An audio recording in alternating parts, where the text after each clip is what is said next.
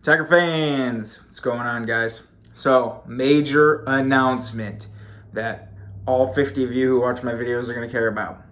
Next year, I am going to be back for the 2022 season. So when I started doing this again this year, I wanted to feel this out for the last couple months to see if this is something I wanted to continue next year and to doing This Week in Tiger Baseball. And I don't get many views on my videos. And like I've said from the get-go, I've been doing this since 2009, and I never expected to get famous or never expected anything to come of this like some people have with sports media, whether it's a podcast or whatnot.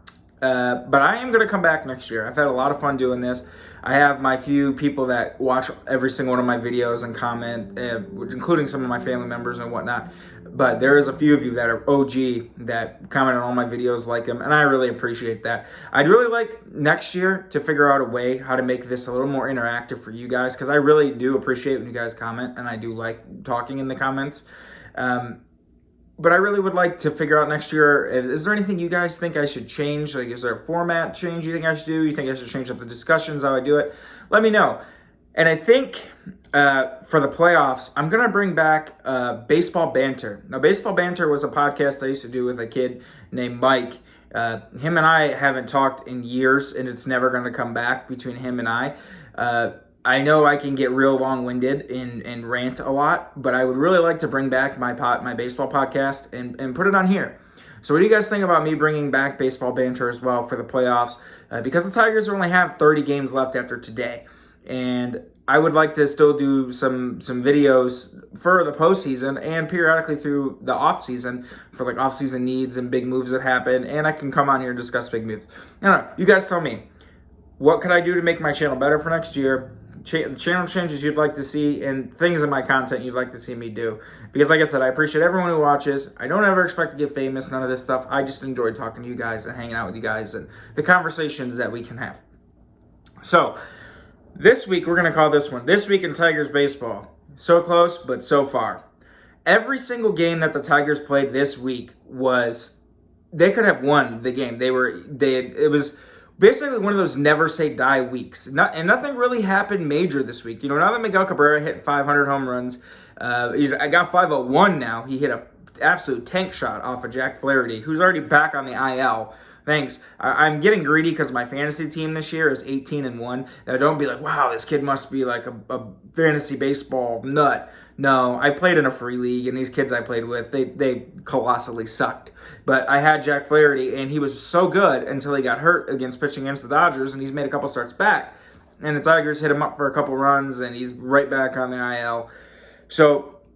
But every single game that they played, it was either a one-run game or they had tied it, and it went to extras. So the series with St. Louis, the first game was the game where the Tigers, they actually played Jack Flaherty, and Miguel Cabrera had an absolute tank above the Big Mac sign off of Jack Flaherty and just ripped it. It was great to see him, and he hit 501 right after hitting so close to hitting 500, so that was great to see. Nothing really super special in this game.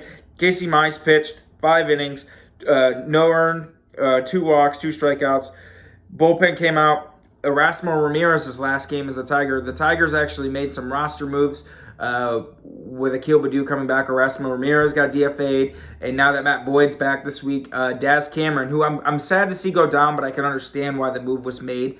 Daz Cameron, he had a couple of good stretches up here, and he looked better at the plate than he has before, but he still has some swing and miss in his game. There's not really any room for him right now in the outfield because, believe it or not, Victor Reyes is playing pretty good. So the Tigers outfield in general this year has been kind of a mess because it's gone through spurts where Akil Baddoo is playing amazing, and you're not going to take him out to give someone like Victor Reyes at bats or Derek Hill at bats. And Robbie Grossman's pretty much been a staple all year out there. So there's such an influx of outfielders and just not enough at bats and not enough space. So, and that's the same thing in the infield. The Tigers have so many infielders who they're just trying to figure out who could give them freaking at bats that are consistent, because we all know Zach Short struggles, and he's admitted his struggles. But Harold Castro has played a really good shortstop, and he had a hell of a double play today that he made with Willie Castro. And the Tigers have some questions they're going to have to answer this offseason because with Jeimer Candelario and them wanting to get a shortstop in free agency, because they get a shortstop in free agency, and I'm not going to get too long-winded into this. This will be for the offseason, but they get a shortstop, that's going to change everything because of how many middle infielders they have and what are they going to do with Jeimer and all that other stuff, because you got Willie, Jeimer, Zach Short, Harold Castro. There's just so many guys in that infield, and Spencer Torkelson is knocking on the door. So that's going to be a video for another time. But neither here nor there, Des Cameron got set back down. They kept up Derek Hill because Victor Reyes is playing pretty good. And Victor Reyes, later in the series, we'll touch on him in a second, against the Blue Jays. So Tigers win that game 4-3. In game 2, the Tigers were getting... This was basically the theme of this week for Tigers baseball. The offense has really been struggling. And the reason for that is Akil Baddoo has not been hitting like he was. His power's gone. Jonathan Scope's power is absolutely evaporated. But he has been hitting the ball. He's still getting on base. He's still ripping the ball. But his extra base power, he's had doubles. I'm talking like putting the ball over the fence has been gone. He's got 3 home runs in the last month versus that 1 month he had 10. So the Tigers' offense right now has been really stagnant. And they've been getting shut down quite a bit. Because I got their scores up right now. In August, they've scored more than 5 runs. 1, 2, 3, 4. Where are we at right here? 4. We were just against Boston or Baltimore. 4, 5 or 6 times they've only scored, and this was the last. There's only 2 more games in the month of August. They've only scored 5 or more runs 6 times in the whole month. Hell, let's see what they did in the month of July. They did it 1, 2, 3, 4, 5, 6, 7, 8, 9, 10, 11, 12. So as you can see, their offense has just been really stagnant. And someone shared an article, because I get a lot of my ammo for what I like to talk about on here from stupid Facebook pages where people just piss me off. The 2 biggest things this week that pissed me off were someone was talking about how the Tigers, he's just tired of seeing this product on the field. The Tigers have the 3rd best winning percentage since the All-Star break in the American League, and they've over 10 games over 500 since May. They've been playing really, really well almost the entirety of the season. They got off to a really bad start. They're like 9-22. The fact that they're even where they're at is amazing. And considering it was a year where they didn't expect anything. They were almost in 2nd place, but obviously they kind of blew that away. But neither here nor there. And then the second thing is some guy wrote an article saying that Akil Baddoo has 5 weeks to prove that he's either a piece for the future or the Tigers are going to have to move on because his fly ball rate has dropped. Like, what? Of course this dude's he's gonna have to adjust. That's literally the whole premise of his article. He needs to adjust. Well, no shit, and water's wet. You have a guy that never played above A ball. He actually made the major leagues out of spring training. He started off to a rip-roaring start, cooled off, came back, was hitting really, really well, and he's faced a little bit of injuries, and he's come back and he hasn't hit the ball out of the ballpark like he has, or the extra base hits aren't there. The dude is young as hell, and he hasn't played above A ball. Fuck's sake, Miguel Cabrera is adjusting to not having as much bat speed. I mean, you look at his numbers compared to the last 2 years. And this guy's a first ballot Hall of Famer, just hit 500 home runs. He's going to have 3,000 hits. Like, what kind of a stupid article is that? Yeah, Akil Baddoo needs to make adjustments or he's not going to be able to be a part of the future. Well, no shit. And water is wet and you need air to live. Like, some of these sports, like Pat Caputo is one of the worst, too, in Michigan. Him and Mike Valenti, too, and especially Mike Valenti, one of the biggest blowhards. But Pat Caputo just writes some of these articles. He was writing an article about how the Tigers missed out. This was back, I think, in May or June when they really were struggling to get a shortstop on Sergio Alcantara. He was a part of the J.D. Martinez deal.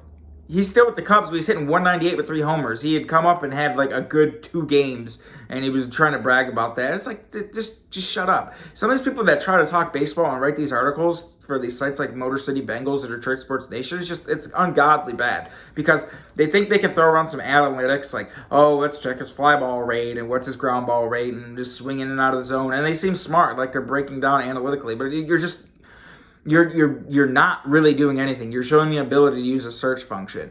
So his fly ball rate He's down. He's not putting the ball in the seats as much.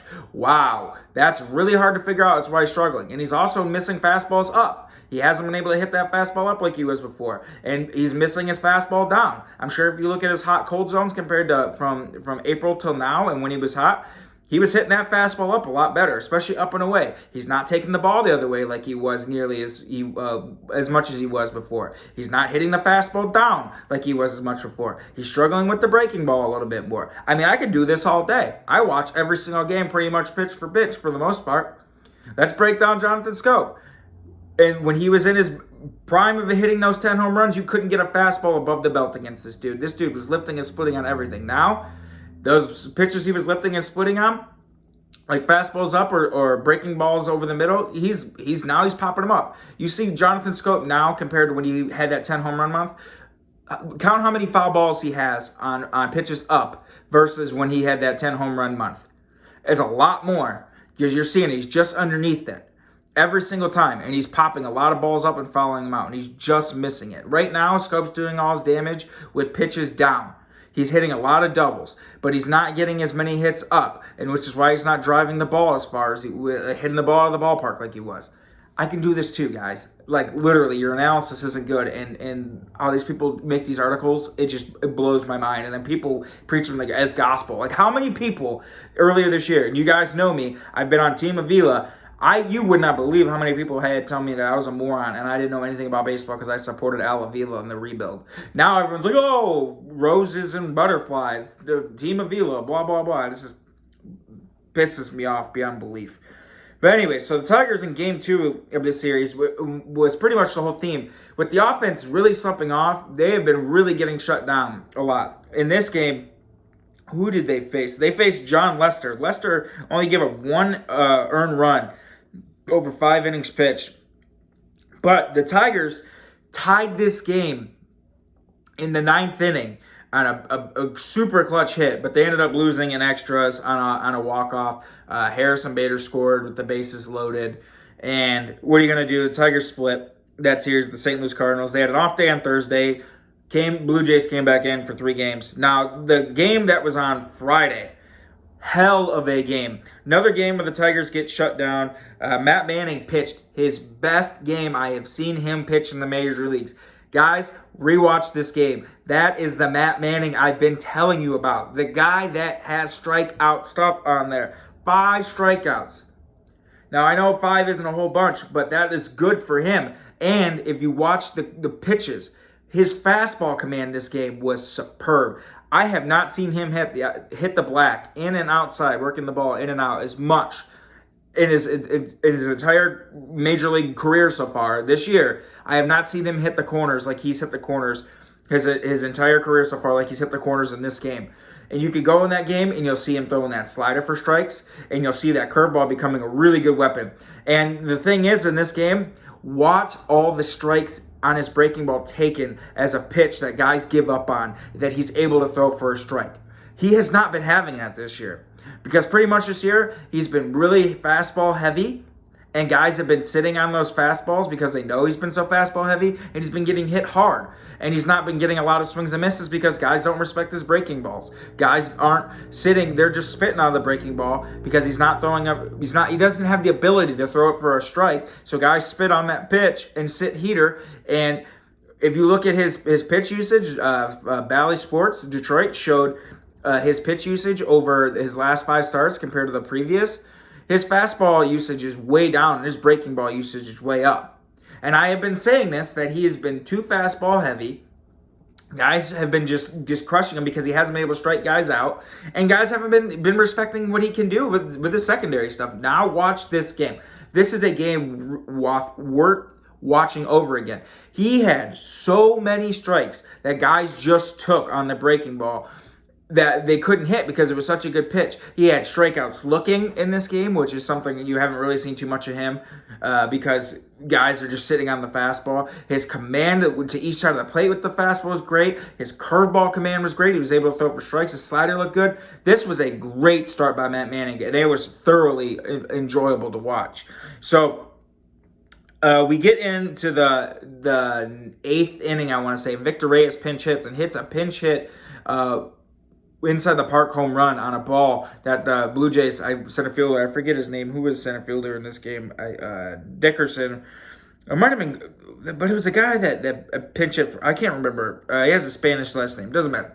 So he goes and makes a dive for the ball, and he misses and goes under his glove because Dickerson was playing right field this game. And he goes all the way to the ball. It was a really bad relay. Victor Reyes was able to score an inside the park go-ahead home run. Huge momentum shift. Tigers take that game 2-1. Now, Manoah. Holy crap, does this guy have good stuff. That dude's two-seam fastball, he struck out so many Tigers hitters with that. So to lefties, he was throwing that in, and it was busting down it in, just like a Greg Maddux sinker or two-seamer.